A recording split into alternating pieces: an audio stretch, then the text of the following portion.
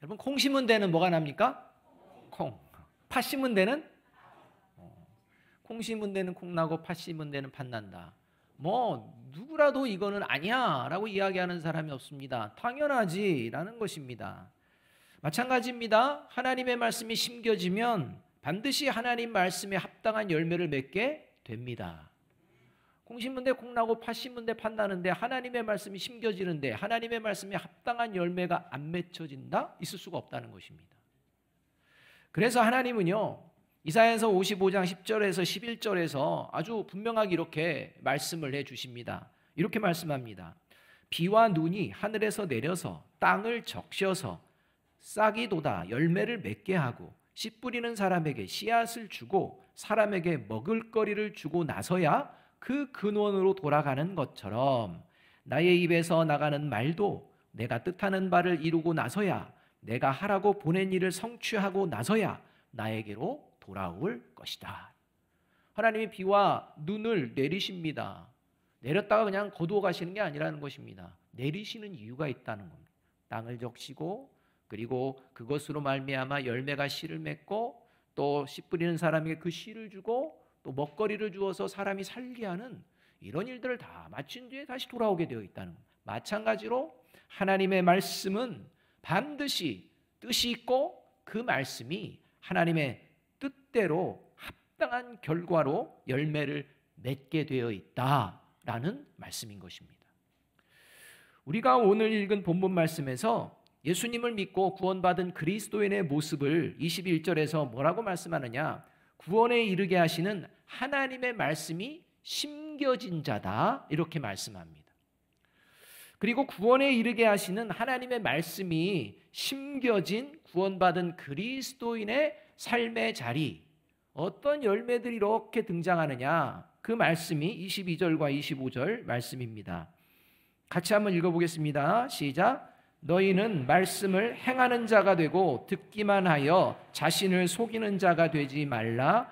자유롭게 하는 온전한 율법을 들여다보고 있는 자는 듣고 잊어버리는 자가 아니요 실천하는 자니 이 사람은 그 행하는 일에 복을 받으리라. 이 말씀에 의하면 구원의 말씀이 심겨진 구원받은 그리스도인의 삶의 모습에서 나타나는 열매 중에 하나가 뭐냐? 하나님의 말씀을 들으면 들은 말씀을 행하며 살아가는 가운데 하나님이 주시는 복을 누리게 된다. 이 말씀을 하고 있다는 것입니다. 예수님께서도 구원에 이르는 지혜를 가진 자는 반드시 하나님의 말씀을 들으면 행하는 자다.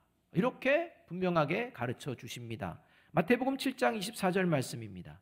그러므로 누구든지 나의 이 말을 듣고 행하는 자는 그 집을 반석 위에 지은 지혜로운 사람 같으니. 그런데 여러분, 우리가 이제 여기서 분명히 짚고 넘어가고 알아야 되는 것이 있습니다. 구원받은 그리스도인은 하나님께서 친히 직접 마음 가운데 하나님의 말씀을 심어주신 존재라는 것입니다. 저와 여러분이 스스로의 힘으로 결코 하나님의 말씀을 마음에 심을 수가 없다는 것입니다.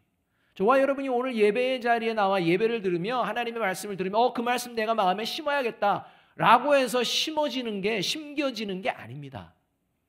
오직 하나님이 심어주시는 자만 심겨진다는 것입니다. 그래서 예레미야서 31장 3절은 이렇게 말씀해 주고 있습니다. 그러나 그날 후에 내가 이스라엘 집과 맺을 언약은 이러하니 곧 내가 나의 법을 그들의 속에 두며 그들의 마음에 기록하여 나는 그들의 하나님이 되고 그들은 내 백성이 될 것이라. 여호와의 말씀이니라. 이런 말씀입니다. 이 말씀에 의하면 하나님이 하나님의 말씀을 직접 하나님의 자녀들 마음에 새기겠다 말씀하십니다.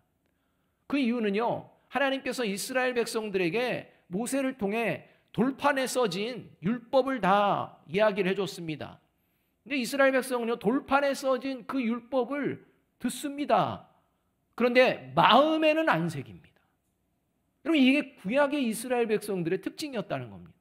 그래서 하나님이 이제 결정적으로 결단하신 게 뭐냐? 이제는 돌판에 새기는 게 아니라 내 자녀들의 마음 가운데 새기겠다.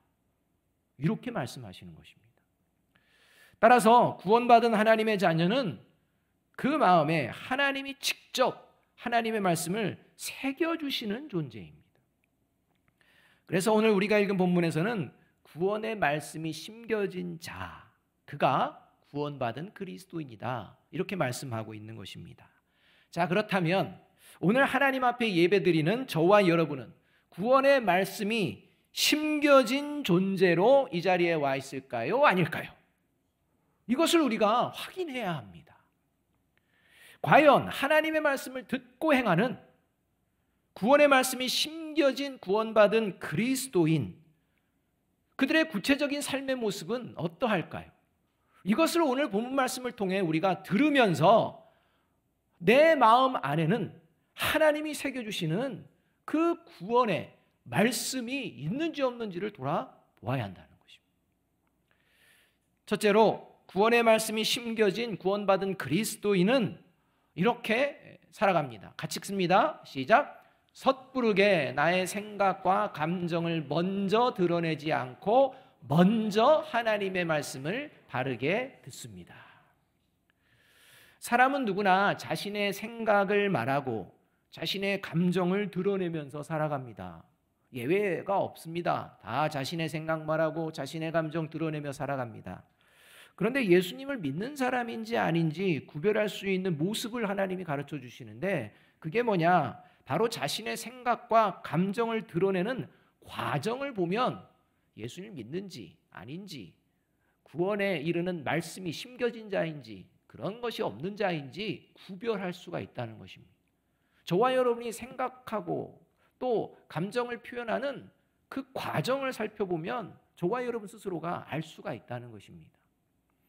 구원의 말씀이 심겨진 사람은 자신의 생각과 감정을 표현하기 전 자신의 생각과 감정을 하나님 앞에서 먼저 돌아보고자 합니다. 그래서 지금 내가 가진 생각과 감정을 그대로 다른 사람에게 표현하는 것이 나 자신은 물론 상대방의 영혼에 유익이 되는지를 살펴봅니다. 먼저 그 과정이 있다는 겁니다. 그래서 19절이 이렇게 말씀을 시작하는 것입니다. 함께 한번 읽어보겠습니다. 시작. 내 사랑하는 형제들아, 너희가 알지니 사람마다 듣기는 속히 하고 말하기는 더디하며 성내기도 더디하라 말씀합니다. 이 말씀에 의하면 생각과 감정을 드러내는 것과 관련하여 말하는 것은 더디하고 성내는 것도 더디하라 이렇게 말합니다. 그리고 듣기는 속히 하라 이렇게 말씀합니다. 일반적으로 예수를 믿지 않는 사람들도 잘 듣는 것이 중요하다 이렇게 얘기합니다. 그런데 오늘 본문에서 말하는 듣기는 속히 하라 라고 할 때 듣는 것은 사람의 말이 아니라 하나님의 말씀입니다. 구원받은 그리스도인은 하나님의 말씀을 바르게 먼저 듣는 존재라는 것입니다. 생각나는 것을 말해도 된다고 말씀합니다. 말하지 말라는 게 아닙니다. 분노해도 된다는 것입니다. 분노하면 안 돼 이 말이 아닙니다. 그러나 생각나는 대로 말하고 느끼는 대로 감정을 드러내는 것은 구원받은 그리스도인답지 못하다는 것입니다. 조심해야 한다는 겁니다. 왜냐하면 내 생각과 내 감정이 오히려 하나님을 거역하고 죄를 짓는 도구로 사용될 수 있기 때문입니다. 그래서 이어지는 20절에서 사람이 성내는 것이 하나님의 의를 이루지 못하기 때문이다 라고 말씀하는 것입니다. 종종 교회 다니는 분들 중에 분노하면서 분노하세요 라고 이제 물으면 자신이 분노하는 이유를 이렇게 이야기하는 겁니다. 예수님도 불의에 대하여 분노하셨기 때문에 나도 불의에 대하여 분노하는 거야 라고 하며 불의에 대하여 분노하는 나 자신 괜찮아 예수님도 그러셨는데 이렇게 생각하며 말하는 분들이 종종 계십니다. 아주 틀린 건 아닙니다. 그런데 여러분 그렇게 생각하고 말할 때 자칫 잘못하면 자신을 예수님과 동등한 존재로 여기는 교만의 죄를 범할 수 있다는 것을 명심해야 합니다.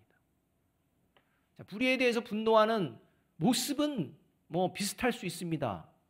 그런데 그 마음의 태도는 전혀 다를 수 있다는 겁니다. 겉모양 봐서는 모른다는 것입니다.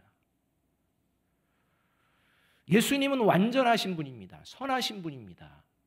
분노에도 죄가 없으신 분입니다. 분노에도 온전한 선하신 모습으로 분노하십니다. 그런데 저와 여러분은 다릅니다. 그렇기 때문에 여러분, 저와 여러분 안에 분노가 일어날 때 나는 과연 하나님이 원하시는 선한 마음으로 분노하는지 먼저 자신을 살펴보는 것이 매우 중요하다는 것입니다. 뭐 이런 과정 없이 불의하니까 하면서 자신의 혈기로 상대방은 형편없는 존재로 여기고 자신은 우월해지고 자기 의에 사로잡혀서 분노한다면 그는 오히려 하나님과 사람 앞에 난 교만한 사람이다 라는 것이 드러나게 된다는 것입니다. 그래서 에베소서 4장 26절이 이 분노와 관련돼서 이렇게 말씀합니다. 같이 한번 읽어보겠습니다. 시작. 화를 내더라도 죄를 짓는 데까지 이르지 않도록 하십시오. 해가 지도록 노여움을 품고 있지 마십시오. 여러분, 최근에 여러분 화난 적 있으십니까? 없으십니까? 자, 화내면서 죄를 지셨는지 안 지셨는지 생각해 봐야 된다는 거예요. 그리고 지금도 그 화로 그냥 마음이 꽉 붙들려 있다면 해결해야 된다는 것입니다. 바라기는 섣부르게 나의 생각과 감정을 먼저 드러내지 않고 먼저 하나님의 말씀을 바르게 듣는 저와 여러분이 되시기를 주님의 이름으로 축복합니다. 이것이 구원의 말씀이 심겨진 구원받은 그리스도인의 모습이라는 겁니다. 그래서 두 번째로 구원의 말씀이 심겨진 구원받은 그리스도인은 어떤 모습으로 살아가느냐, 같이 한번 읽어봅니다. 시작. 구원에 합당한 열매 맺는 삶을 살아가기 위해서 나의 마음에 남아있는 악을 발견하고 제거하며 살아갑니다. 여러분도 아시다시피 농사 짓는 분들이 씨를 뿌리고 심기 전에 반드시 먼저 하는 것이 씨를 뿌리게 될 땅을 갈아엎습니다. 그리고 그 씨가 싹이 나고 자라서 열매를 맺기까지 지속해서 잡초를 제거합니다. 왜냐하면 씨가 제대로 뿌리를 뿌려지고 그 뿌리가 자라고 또 열매 맺는 것을 방해하는 이러한 것들이 그 땅에 가시덤불이나 잡초와 같은 것들이 있기 때문입니다. 그래서 일단 갈아엎어야 됩니다. 그리고 잡초를 계속 뽑아내야 되는 것입니다. 제거해야 되는 겁니다. 그래야 열매다운 열매를 맺게 되는 것입니다. 구원에 합당한 열매를 맺는 것도 마찬가지입니다. 그래서 21절이 이제 이렇게 말씀을 합니다. 함께 한번 읽어보겠습니다. 시작. 그러므로 모든 더러운 것과 넘치는 악을 내버리고 너희 영혼을 능히 구원할 바 마음에 심어진 말씀을 온유함으로 받으라. 이 말씀에 의하면 구원의 말씀이 심겨진 구원받은 그리스도인은 반드시 그 마음 가운데 여전히 남아있는 악을 발견하고 제거하며 살아가는 존재다라는 것입니다. 그게 제거가 돼야 하나님의 말씀을 올바르게 받으며 하나님이 원하시는 올바른 열매들을 맺을 수 있기 때문입니다. 그래서 먼저 갈아엎어야 됩니다. 심령을 말입니다. 멸망당한 이스라엘 백성들의 모습이 바로 하나님의 말씀을 듣는 척은 잘했습니다. 그런데 그 마음에 남아있는 더럽고 가증한 악을 제거하지 않았습니다. 그럼 멸망합니다. 그게 구약 이스라엘 백성들의 모습이었습니다. 그래서 하나님께서 우리가 지금 선지서를 읽고 있지만 선지서를 보면 하나님께서 계속해서 그 더럽고 가증한 악에서 악을 제거하고 나에게 돌아오라 계속 말씀합니다. 듣습니다. 듣는 척만 합니다. 제거하지 않습니다. 그래서 하나님께서는 하나님 앞에서 더럽고 가증한 악을 행하는 이스라엘 향해 계속 이렇게 말씀해 주고 계시는 것입니다. 예레미야서 4장 3절 말씀입니다. 함께 한번 읽어보겠습니다. 시작. 참으로 나 주가 말한다. 유다 백성과 예루살렘 주민아, 가시 덤불 속에 씨를 뿌리지 말아라. 묵은 땅을 갈아엎고서 씨를 뿌려라. 그런데 그렇게 하지 않습니다. 그런데 더 심각한 문제는 이것을 역사적으로 모두 잘 알고 있던 예수님 당시 유대 종교 지도자들 역시 여전히 그 마음에 있는 더럽고 가증스러운 악을 버리지 않고 겉으로만 깨끗한 척하는 위선자로 살아가고 있었다는 겁니다. 끝까지 그렇게 막 살아갑니다. 그래서 예수님께서 마태복음 23장 25절에서 유대 종교 지도자들을 향해 이렇게 막 경고하십니다. 이렇게 경고하십니다. 화 있을진저 외식하는 서기관들과 바리새인들이여, 잔과 대접의 겉은 깨끗이 하되 그 안에는 탐욕과 방탕으로 가득하게 하는도다. 잔과 겉은 그냥 깨끗하게 합니다. 보이는 건 깨끗하게 합니다. 사람들 앞에서 자기가 얼마나 깨끗한 존재처럼 사는지를 열심히 보여냅니다. 그런데 그 보여내면서 살아가는 삶에서 얻는 음식과 이러한 것들, 그것은 어떤 마음으로 얻었느냐? 탐욕과 방탕으로 얻어냈다는 겁니다. 그리고 그것을 그릇에 채웁니다.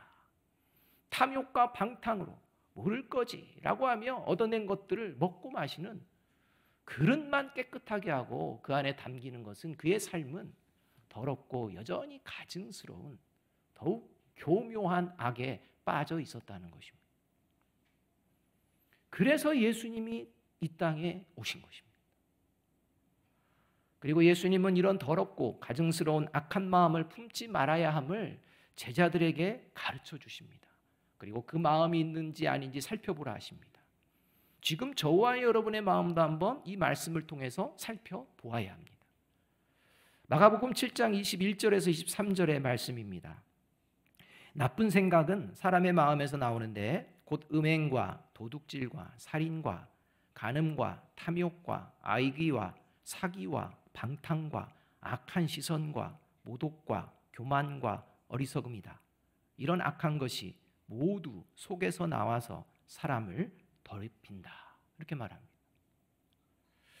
여러분, 문명이 발달하면 발달할수록 더욱 정의롭고 평화롭고 악이 점점 사라질 것 같지만 실상은 오히려 더욱 불의하고 다툼과 갈등은 심해지고 악이 더욱 득세하고 있는 것이 우리가 살아가는 삶의 자리입니다.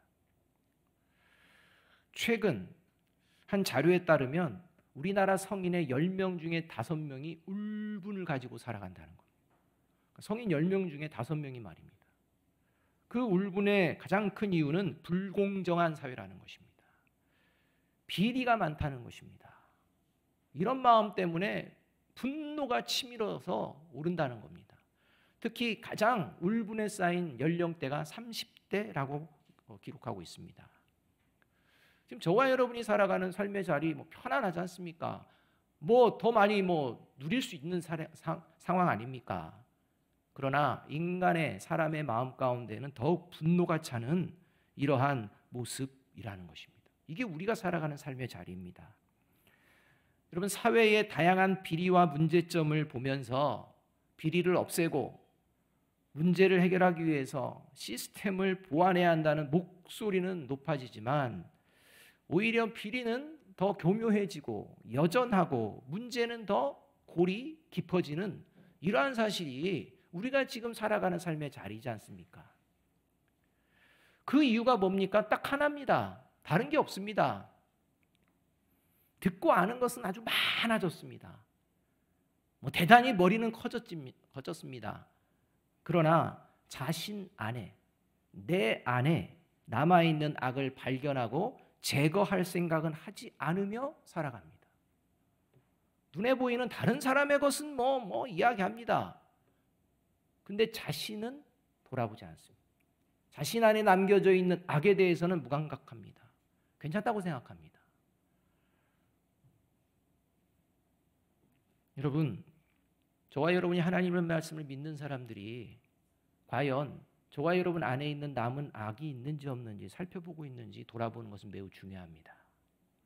그런 것 없이 주변에서 무슨 말인들 못하겠습니까? 저와 여러분 자신 안에 하나님께서 가증스럽게 여기시는 그 악한 마음이 있다면 오늘 제거해 버리시는 저와 여러분이 되기를 주님의 이름으로 축복합니다. 이 능력이 성령의 능력입니다. 이 능력을 이 자리에서 살피고 발휘할 수 있는 그가 구원의 말씀이 심겨진 구원받은 그리스도인입니다. 세 번째로 구원의 말씀이 심겨진 구원받은 그리스도인은 같이 한번 읽어봅니다. 시작. 삶의 자리에서 거짓된 신앙생활을 버리고 참된 신앙생활을 합니다. 여러분, 내 생각과 감정을 먼저 드러내지 않고 하나님의 말씀을 내가 한번 바르게 한번 먼저 듣는 그것 보여지지 않습니다. 내 안에 더럽고 추한 악이 있는지 살펴보고 그 악을 제거하고자 하는 마음 보여지지 않습니다. 그런데 결국에는 드러납니다. 거짓 신앙생활인지 참된 신앙생활을 하는지로 드러나게 된다는 것입니다. 구원의 말씀이 심겨진 사람은 언제든지 자신이 거짓된 신앙생활에 빠질 수 있는 존재임을 언제나 인정하며 자신을 돌아보게 되어 있기 때문입니다. 그래서 하나님의 말씀을 통해서 현재 자신의 신앙생활이 참된 신앙생활인지 거짓된 신앙생활인지를 점검합니다. 이 예배 자리에서도 점검합니다. 먼저 26절에서는 거짓된 신앙생활을 하는 사람들의 특징을 말씀해 주고 있습니다. 함께 한번 읽어보겠습니다. 시작. 누구든지 스스로 경건하다 생각하며 자기 혀를 재갈 물리지 아니하고 자기 마음을 속이면 이 사람의 경건은 헛것이라. 이 말씀에 의하면 거짓된 신앙생활을 하면서도 스스로 참된 신앙생활을 하고 있다고, 내 신앙생활에 문제가 없다고 스스로 속으며 살아가는 사람의 특징이 있는데 그것이 바로 예수님을 믿는다고 하면서도 자신의 혀를 다스리지 않는다는 겁니다. 그러니까 저와 여러분이 혀를 다스리고 있는지 아닌지를 살펴보면 이제 알 수 있다는 것입니다. 여러분, 교회 다니는데 말버릇이 나쁜 사람, 신앙생활을 잘하고 있다고 말할 수 있을까요? 교회 다니는데 폭력적인 언어를 그냥 종종 사용하는 사람, 신앙생활을 잘하고 있다고 말할 수 있을까요? 교회 다니는데 습관적으로 과장하고 거짓말을 하는 사람, 신앙생활을 잘하고 있다고 말할 수 있을까요? 교회 다니는데 다른 사람을 험담하고 빗방하는 습관을 가진 사람, 신앙생활 잘하고 있다고 할 수가 있을까요? 나쁜 말버릇을 가진 경건한 사람, 그럼 말이 됩니까? 안 됩니까? 말이 안 됩니다. 그런 게 어디 있습니까? 이런 사람은 열심히 교회 다니고 봉사도 열심히 하는 것 같지만 하나님이 보시기에는 그 신앙은 헛것이다. 거짓된 신앙생활일 뿐이다. 이렇게 지금 가르쳐주고 계신다는 것입니다. 그러니 저와 여러분이 신앙생활하는 가운데에 저와 여러분의 혀를 다스리고 있는지 아닌지를 살펴보는 것은 매우 중요합니다. 지난 한 주간 저와 여러분은 어떤 말들을 하면서 살았는지 살펴보아야 한다는 것입니다. 반면에 27절은 참된 신앙생활하는 사람들의 특징을 이제 말해줍니다. 먼저 27절 상반절은 이렇게 말씀합니다. 함께 한번 읽어보겠습니다. 시작. 하나님 아버지 앞에서 정결하고 더러움이 없는 경건은 곧 고아와 과부를 그 환난 중에 돌보고, 이렇게 말합니다. 이 말씀에 의하면 참된 신앙생활하는 사람의 특징이 있는데 그 사람은 환난 중에 있는 고아와 과부를 돌봐주는 사람이다, 이렇게 말씀합니다. 여기서 환난 중에 있는 고아와 과부를 돌본다는 것은 여건이 허락된다면 언제든지 어려움에 처한 사람을 도와주고자 하는 하나님의 긍휼의 마음을 가지고서 늘 살아가는 것을 말합니다. 그러니까 환난 중에 있는 고아와 과부가 보인다, 환난 가운데 있다면 바로 즉시 돌보는 일을 한다는 것입니다. 그러니까 아무 마음이 없다가 갑자기 보고 돌보는 게 아닙니다. 이미 하나님의 긍휼의 마음이 삶의 자리 가운데 그냥 있다는 것입니다. 그런 마음을 가지고 살아간다는 것입니다. 그 대표적인 모습이요, 누가복음 10장에 나오는 선한 사마리아인 이야기입니다. 여러분, 선한 사마리아인이 강도 만난 자를 보자마자 어떻게 합니까? 긍휼의 마음을 가지고 그를 도와줍니다. 그의 삶은 그런 긍휼의 마음을 가지고 사는 삶이었다는 겁니다. 그런데 하나님의 말씀을 가르치던 레위인과 제사장들은요, 하나님의 긍휼에 대해서 말하고 하나님의 말씀에 대해서 말하고 했지만 정작 그 상황에 막닥들이니까 긍휼의 마음이 있습니까? 없습니까? 없습니다. 이해타산 따집니다. 제사장과 레위인들의 삶의 자리는 어떻게 하면 내가 믿음 좋은 척할까, 드러날까, 그저 그런 모습 보이는 데만 혈안이 돼 있지 그들이 하나님의 마음에는 관심이 없었다는 것입니다. 그래서 참된 신앙생활하는 사람은 누군가를 도울 때 보답을 바라거나 생색을 내고자 하는 마음을 갖지 않습니다. 왜냐하면 하나님께서 모든 것을 보고 계시고 알고 계시는 것으로 충분하기 때문입니다. 그러나 거짓된 신앙생활을 하는 사람은 누군가를 도울 때 철저하게 이해타산을 따지고 그리고 남들이 알아주기를 바랍니다. 여러분, 우리가 누군가를 도울 때 어떤 마음인지를 살펴보아야 합니다. 어떤 마음을 가지고 살아가는지 살펴보아야 합니다. 또 27절 하반절에서 참된 신앙생활을 하는 사람의 특징을 한 가지 더 말씀해 주시는데 그 모습이 뭐냐? 자신의 삶이 새 속에 물들지 않도록 지키며 힘쓰며 살아가는 존재다, 이렇게 말씀합니다. 같이 한번 읽어봅니다. 시작. 또 자기를 지켜 새 속에 물들지 아니하는 그것이니라. 여러분, 여기서 새 속에 물들지 않도록 자기를 지킨다는 것은 다른 사람들에게 참된 신앙생활이 어떤 것인지 말로만 하는 것이 아니라 직접 삶으로 보여내는 것을 말합니다.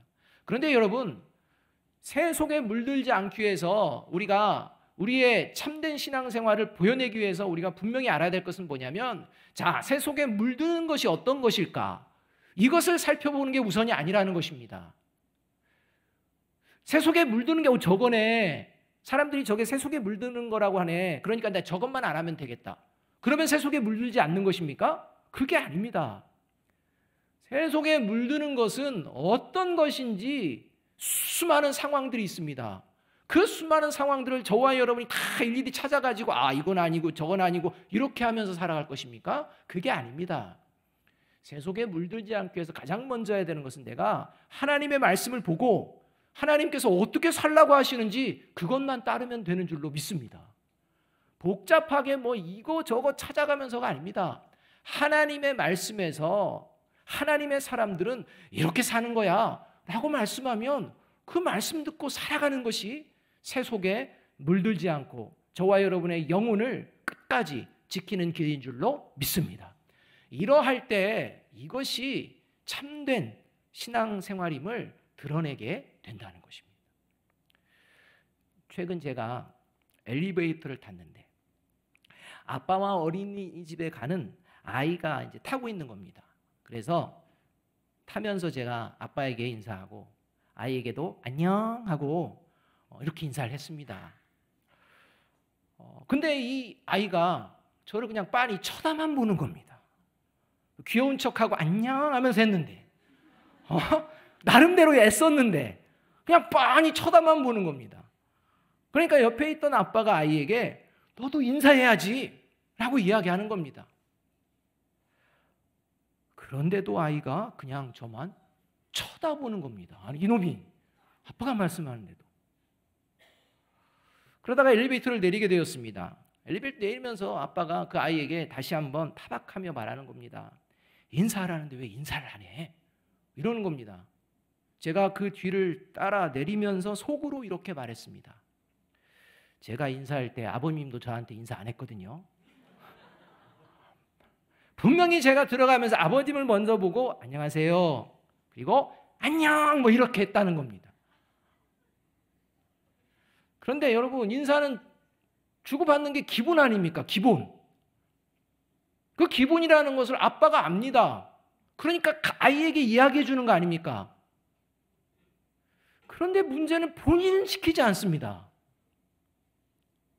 자녀에게만 기본 지키라는 겁니다. 뭐가 잘못돼도 크게 잘못된 것입니다. 더 심각한 것은 그 아빠가 자신에게 문제가 있다고 생각하면서 갔을까요? 안 갔을까요? 생각 안 했다니까요. 아이만 타박하는 겁니다. 여러분, 우리가 살아갈 이 시대가 이런 시대 아닙니까? 뭐 아이들에게는 뭐 가르칩니다. 이래야 되고 저래야 되고. 그래, 자기는 그렇게 안 삽니다.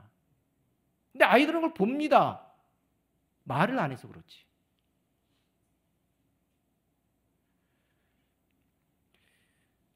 여러분, 이제 우리가 하나님의 말씀을 들었습니다. 그리고 우리 앞에는 두 가지의 길이 있습니다.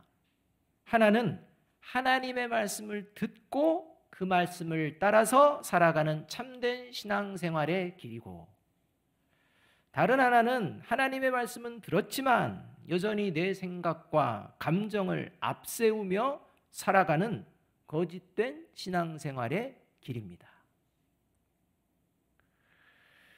바라기는 내 생각과 감정보다 먼저 하나님의 말씀을 바르게 들으며 나의 마음에 남아있는 악을 살피고 제거하며, 그리고 참된 신앙생활의 본을 내가 먼저 부여내기를 바라는 마음으로 이번 한 주를 시작하는 저와 여러분이 되시기를 주님의 이름으로 축복합니다. 그가 바로 구원의 말씀이 심겨진 구원받은 그리스도인입니다. 마지막으로 25절 말씀 다시 한번 읽겠습니다. 같이 한번 읽어봅니다. 시작. 자유롭게 하는 온전한 율법을 들여다보고 있는 자는 듣고 잊어버리는 자가 아니요 실천하는 자니 이 사람은 그 행하는 일에 복을 받으리라. 아멘. 기도하겠습니다.